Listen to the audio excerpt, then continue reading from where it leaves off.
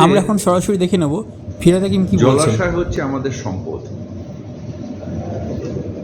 এই কলকাতায় আমি আছি, আমার পরে আমার কন্যারা থাকবে, তারপরে তাদের শিশুরা থাকবে, অর্থাৎ আমাদের প্রজন্মের পর প্রজন্ম থাকবে।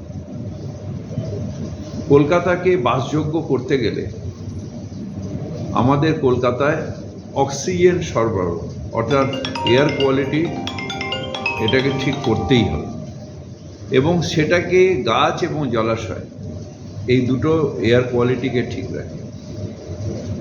রাস্তা একটু ভাঙা হলে কোনো ক্ষতি নেই, হয়তো ছোটকে পড়ব। যদি লাইট কম থাকে চলতে ফিরতে অসুবিধা হবে।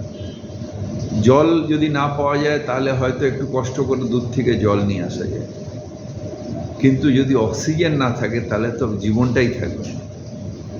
তাই যারা এই জলাশয়কে ভরাচ্ছেন তারা নিজেরাই জানেন না যে তারা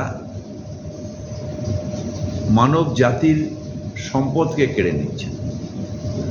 এই মানব জাতির সম্পদ যেটা ভগবান দিয়েছে সেটাকে কেড়ে নেওয়াটা সামাজিক শুধু নয়, মানবিকতার দিক থেকেও সব থেকে বড় অন্যায়। তাই আমরা একটা লিস্ট অফ পয়েন্টস করেছি, তারপরে